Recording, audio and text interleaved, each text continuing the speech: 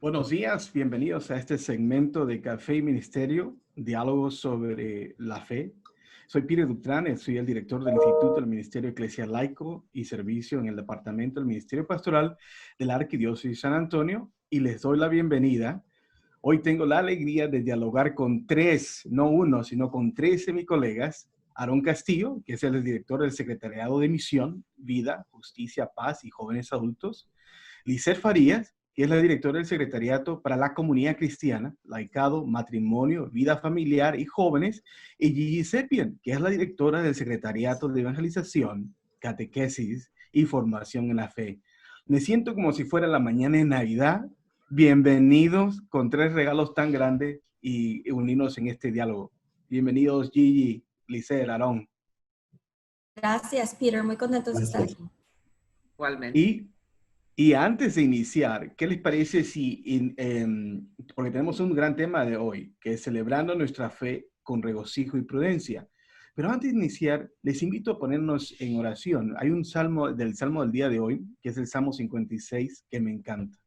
Empecemos orando con el Salmo 56. ¿Está bien? En nombre del Padre, del Hijo y del Espíritu Santo. Amén. Amén. Alabemos y cantemos al Señor. Aleluya. Dispuesto está mi corazón, Dios mío, para cantar tus alabanzas. Despiértate, alma mía, despiértese mi cítara y mi arpa, antes de que se despunte el alba.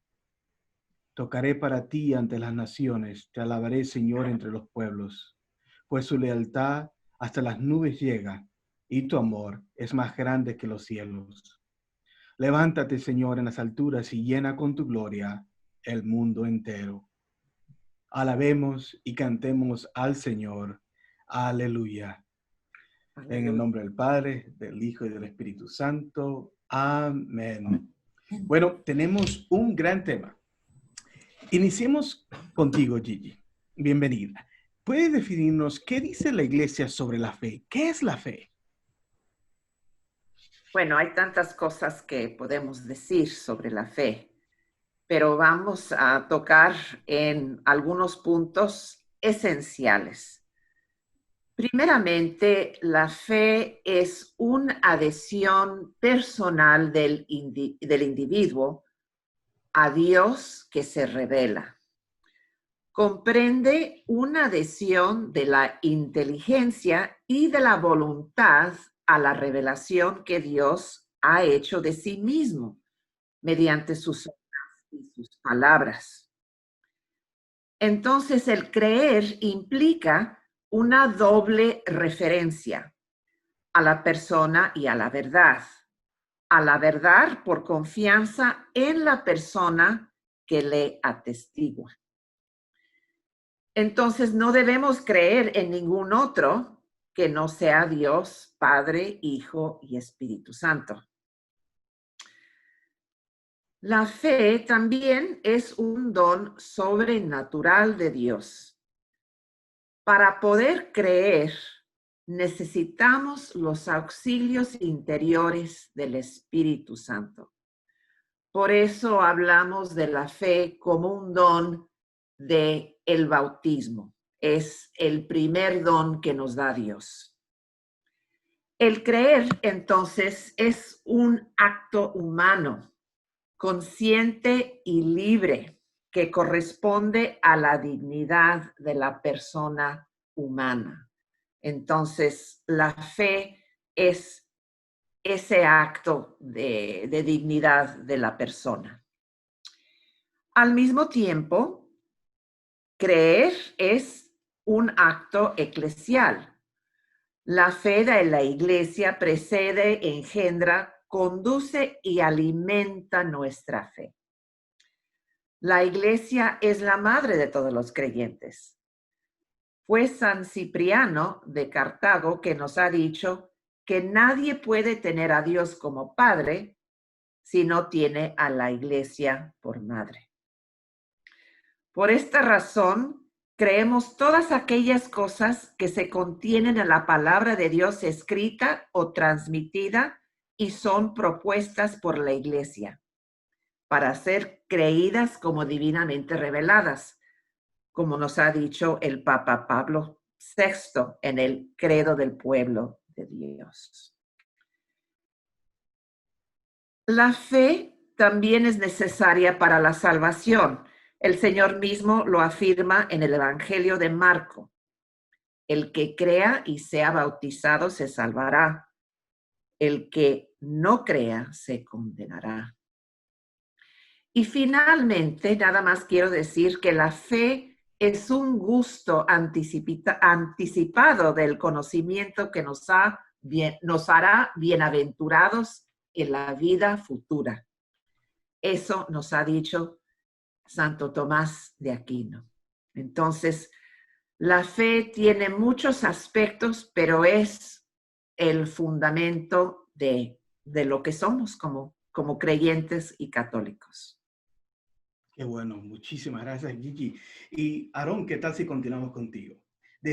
Como Gigi hablaba sobre la virtud sobrenaturales, la moral fundamental nos habla también las virtudes naturales. ¿Qué nos enseña la Iglesia, Aarón, sobre la prudencia, sobre esta virtud cardinal? Pues como lo acabas de decir, Peter, la prudencia es considerada por una y proyecta desde la perspectiva como una virtud fundamental, como una de esas cualidades sin las cuales es imposible actuar correctamente, ¿no? Y ser feliz. Es algo sobre la que ya los griegos y los romanos habían reflexionado siglos atrás y que, insisto, en el momento en el que el cristianismo comienza a desarrollarse, pues descubre como una especie de verdad fundamental que ahora hay que iluminar y proyectar desde la perspectiva de la fe.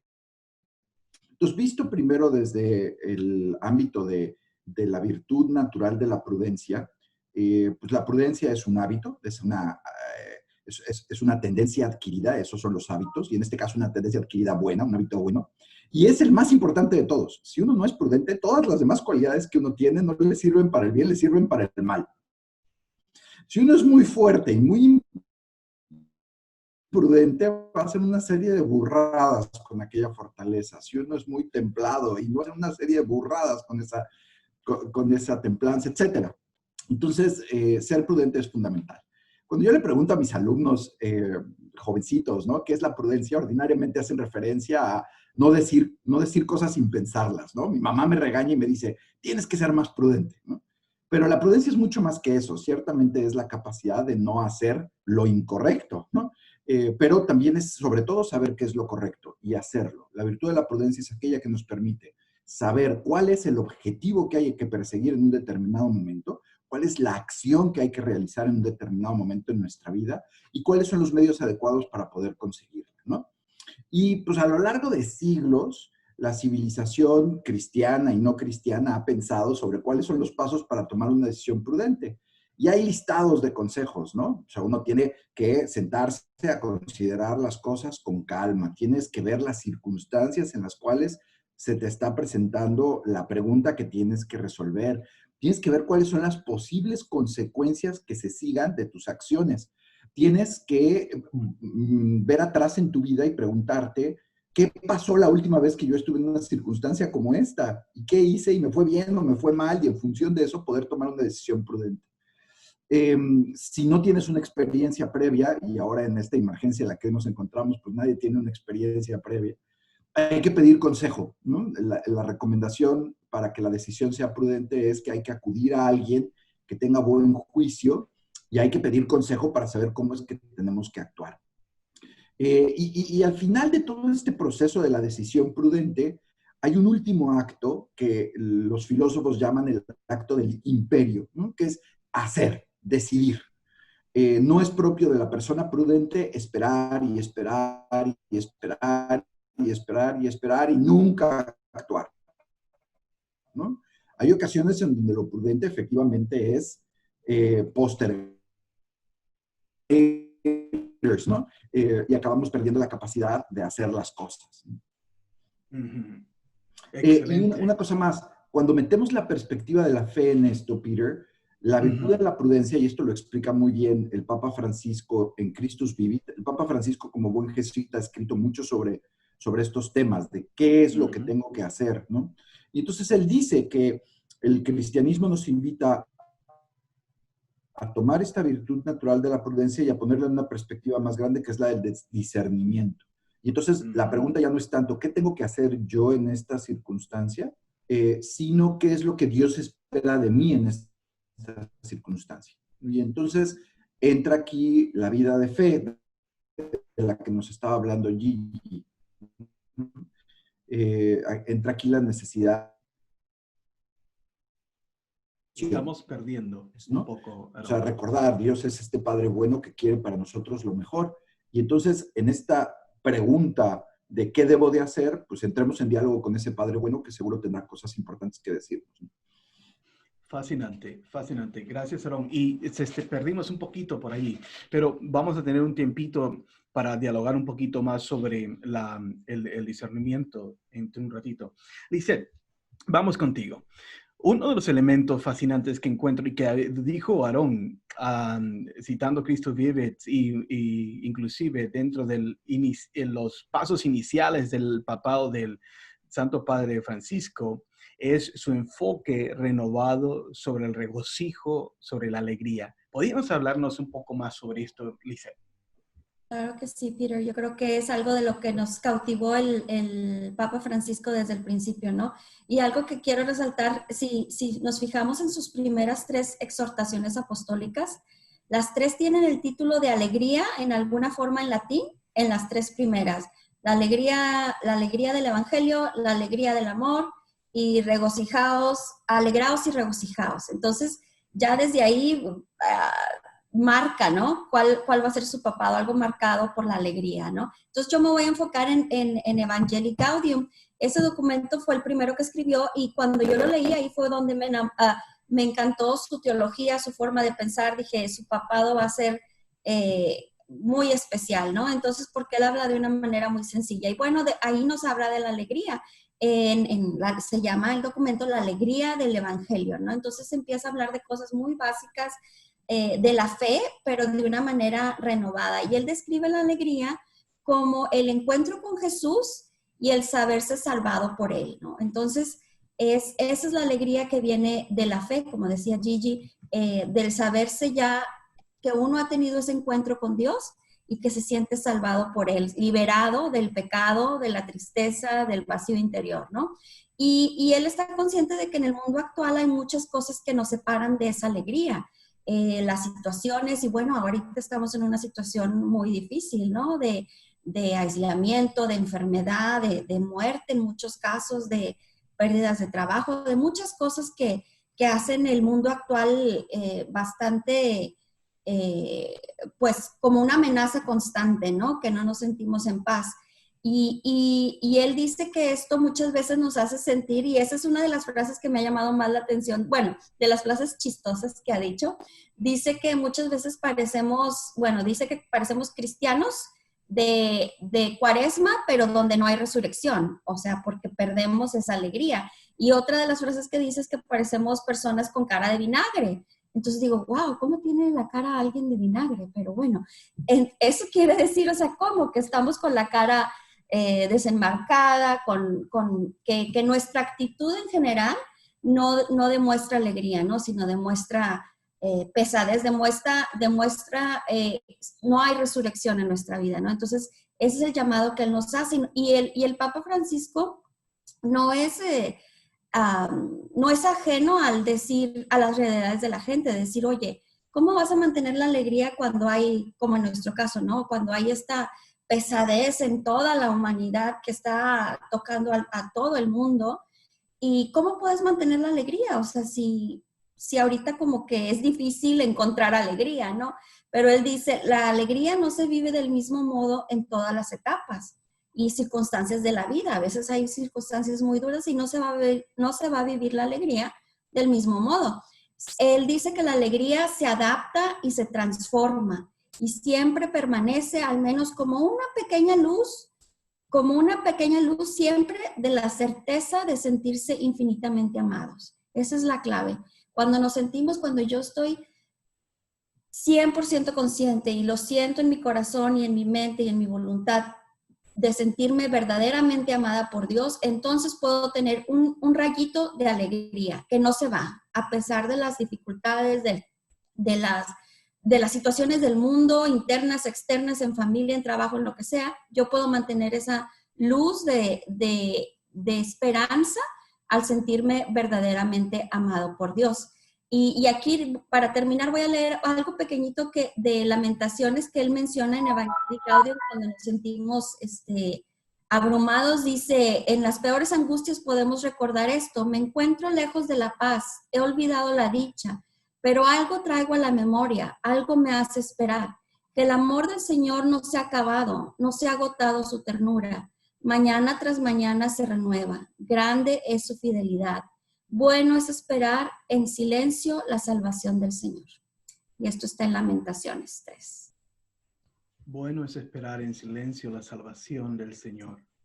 Hace unos días, gracias Licer, hace unos días atrás, Su Excelencia el Arzobispo Gustavo emitió una promulgación que delineaba el retorno a la celebración pública de la Santa Misa. ¿Qué les quisiera, hablando ya sobre la fe, la prudencia y el regocijo, qué ustedes quisieran compartir a la comunidad que tiene estas tres virtudes muy presentes y están en el proceso de discernir, en la alegría de poder regresar, pero la cautela? ¿Qué les podrían ustedes decir a la comunidad, a nuestra comunidad?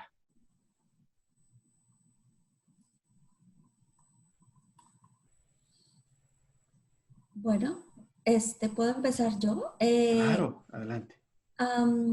Algo que yo pienso que ha estado reflexionando en eso de cómo podemos ser, leyendo nuevamente al Papa Francisco, él habla de ser primeros en en evangelizar, ¿no? Primeriar, esa famosa frase que también él inventó, primeriar, y pienso cómo podemos nosotros ser los primeros en ser los más prudentes, como nos dijo Aarón, ¿no? Ser los primeros en tener la fe, porque va a haber muchas, a lo mejor cuando vayamos la primera vez a misa, va a estar todo medio caótico y la gente para allá y dónde me siento y dónde no sé qué. Entonces en eso estaba reflexionando yo, digo, yo ser ejemplo de paciencia, de aceptación, tal vez me regresen porque ya está llena la iglesia. O sea, ¿qué voy a hacer? ¿Me voy a enojar y, oye, no es justo, no sé qué? No sé? O voy a actuar con prudencia y con alegría y de decir, está bien, puedo regresar en la próxima misa, o voy a estar enojada porque yo quiero, o sea, hay tantas cosas que están cambiando y que nos pueden hacer reaccionar negativamente, ¿no? Entonces aquí el llamado para mí es ese, de decir, ok, voy a ser yo la primera en ser paciente, en ser, ajustarme a la realidad, en no exigir, en no criticar, en ¿no? Entonces, eso para mí es importante. Gracias, Lisette. Yo le sumaría a lo que Lisette acaba de decir dos cosas, que son matices, porque creo que lo que ella ya nos compartió pues dice mucho de lo que podemos esperar de nosotros mismos en estas circunstancias. Una cosa es como la certeza de que al final decidamos lo que decidamos, ir a la iglesia, no ir a la iglesia, quedarnos en casa, seguir siguiendo la misa en línea, etcétera. Dios está muy presente en nuestras vidas. La fe, como lo dijo el arzobispo Gustavo justo antes de subirse al avión, cuando estaba anunciando la reapertura de nuestras iglesias, se puede vivir en todas partes. Y entonces, yo creo que es importante que hagamos eco de estas invitaciones, exhortaciones que el Papa Francisco nos hace una y otra vez a ser protagonistas de este momento tan particular de la historia. Con la mirada de la fe, una fe profunda, desde nuestra casa, unirnos en la oración a todo lo que está pasando en el mundo y ser actores, orantes de esta aventura que la humanidad está enfrentando, que es también una desgracia, ¿no? Entonces, como bien plantados en la fe y desde ahí decidir lo que se tenga que decidir en paz. Y después también está, para quien puede, ¿no? Por edad, por circunstancias personales, pues el que puede ir a la iglesia, el que está cerca de su párroco, el que tiene voluntad de servicio, se va a necesitar también mucha ayuda en este proceso para lograr todo esto que decía Lisette, de pues, acondicionar nuestras iglesias y determinar el funcionamiento de la liturgia para que podamos participar en la Santa Misa. Y entonces también otra invitación es a que evaluemos si nos corresponde formar parte de esos equipos que van a estar ayudando en las parroquias para poder colaborar a la reapertura, ¿no? Y si la respuesta es no, pues también con muchísima paz. Nos quedamos en casa y apoyamos con la oración, haciendo llamadas, preocupándonos por los que están en circunstancias de mayor vulnerabilidad, ejerciendo la caridad cristiana de manera comprometida, activa, hermosa, ¿no? Sí, yo estoy completamente de acuerdo, Aarón. Como habías mencionado, la fe se puede ejercer en cualquier lugar, en cualquier circunstancia. Es el don que nos ha dado Dios. Y nosotros que si tenemos si estamos afortunados de no estar en esas edades o condiciones que no están más comprometidas, creo que tenemos el llamado de nuestra fe de servir a los que necesitan más ayuda con más fidelidad. Por ejemplo, si se puede, como habías mencionado, hacer trabajos voluntarios. Yo ya me he comunicado con mi parroquia y nunca he sido ministro extraordinario de la Eucaristía, nunca lo he sido, pero lo voy a hacer uno y me da mucho gusto porque muchas personas mayores se les ha pedido que se suspendan en sus ministerios por los cuidados que se necesitan ahora y también para visitar a los que están acostumbrados a recibir la Eucaristía en sus casas hasta fuera de la pandemia. Entonces, estas nuevas oportunidades que tenemos, en fe debemos tener los ojos y el corazón abiertos para poder encontrar nuevas avenidas donde Dios nos está mandando. Y dentro de eso, en la parte de discernimiento, ¿verdad, Gigi? El poder discernir esas nuevas avenidas. Y como tú decías, Aarón, ejerciendo la caridad cristiana, y yo digo especialmente en el parking lot de la iglesia. Bueno. Los primeros en dar el paso, ¿verdad, Peter? Y cómo y acompañar a la gente, ¿verdad? Especialmente aquí a que ha sido afectada profundamente, quizás ha perdido un familiar por la enfermedad tan devastadora.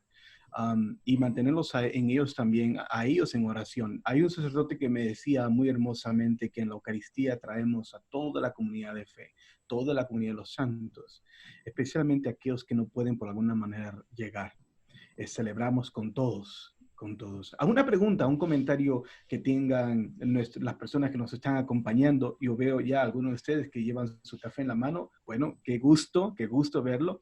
Pero ¿alguna pregunta, algún comentario que tengan para Lisette, Aarón o Gigi? Adelante. No se olviden de unmute, de ponerle el microfonito rojo, haga un clic allí y puede compartir sin miedo, adelante. Hola, ¿sí me oyen? Sí, bienvenida, Débora. Gracias. Es Débora Montes, trabajo en el centro pastoral.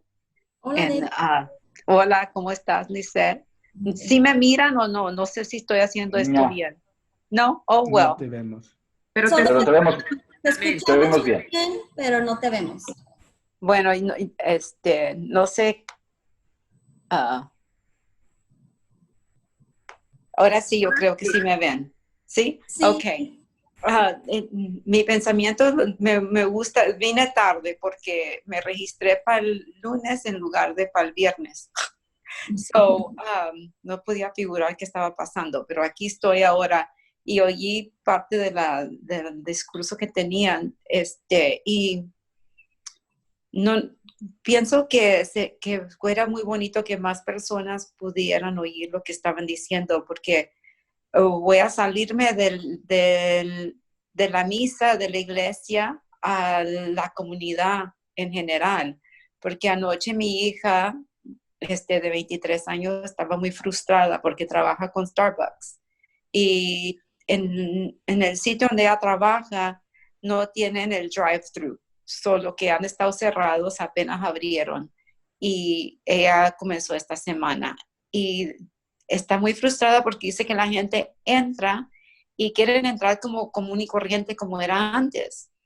Y tienen anuncios allí que una persona a la vez y tienen donde se espera y cuánto, pero lo que pasa es que mi esposo le dijo, mija, tienes que entender que la gente no está acostumbrada a entrar a un Starbucks y tener que entrar uno por uno y estar parado a esperar que alguien venga y les dé su bebida. Digo, ellos están acostumbrados que allí van y platican con los baristas y con los cajeros y ahí hay discurso entre la gente y cuánto. Entonces, cuando tienen que entrar y nomás es uno a la vez, están como de sorpresa. Entonces le dijo, tienes que tener paciencia con ellos y tratarlos con caridad porque no están acostumbrados. Y así va a ser en las iglesias también cuando se abran. La gente han estado encerrados casi la mayor parte, especialmente los ancianos, ¿verdad? Entonces, cuando tengan la oportunidad de ir, va a ser muy diferente y no van a saber y van a querer ir a saludar y sabrá Dios abrazar también. Entonces, sí hay que tratarlos con mucha caridad y mucha delicadez para que no se sientan como que si los estás corriendo o que son un estorbo estar allí. En lugar porque tiene que ser una bienvenida, pero una bienvenida de un poquito de lejos. Un abrazo, te mando, air hug o algo así, ¿no? Como quiera, esos son mis 5 centavos. Gracias, Débora. Gracias, Debbie. Y así es. Y para todos nosotros tratar con mucha caridad. Esa es la clave. Bueno, ¿qué les parece? Sí, porque ya estamos a tiempo. Espero que les haya gustado este tema y para dialogar más sobre este y otros temas, les invito a que vayan a la página web de la Arquidiócesis y vayan a ver los temas de las clases del instituto, que van a estar también muy, muy, muy buenas. ¿Qué les parece si terminamos con oración y traemos a la oración a todas las personas afectadas por esta pandemia? Y ahorita, en estos momentos va a aparecer la oración hermosa que compuso uno de mis colegas, que ha estado en la vanguardia del trabajo de la diócesis. ¿Y qué les parece si vamos a unmute todos nosotros? Y no importa que si se escuchan 30 ecos, pero hagamos la oración juntos. ¿Les parece? En el nombre del Padre, del Hijo y del Espíritu Santo. Amén. Amén. Santa María de Guadalupe, Madre nuestra, en estos tiempos de tribulación, nos dirigimos a ti. Mira con compasión el sufrimiento de tus amados hijos e hijas afectados por la pandemia del coronavirus en el mundo entero. Ruega a tu Hijo que tenga misericordia de nosotros, dando salud a los infectados y la protección de todos tus hijos. Jesucristo, Salvador del mundo, concédenos valor para acompañar y orar por nuestro mundo que sufre y vive la incertidumbre. Buscamos refugio en ti y conforme a tu promesa, líbranos de este peligro. Amén. San Antonio de Padua, ruega por nosotros. En nombre del Padre, del Hijo, del Espíritu Santo. Amén. Muchísimas gracias. Espero que les haya gustado y hasta la próxima vez en Gracias. Ministerio. Que tengan buen fin de semana. Hasta luego.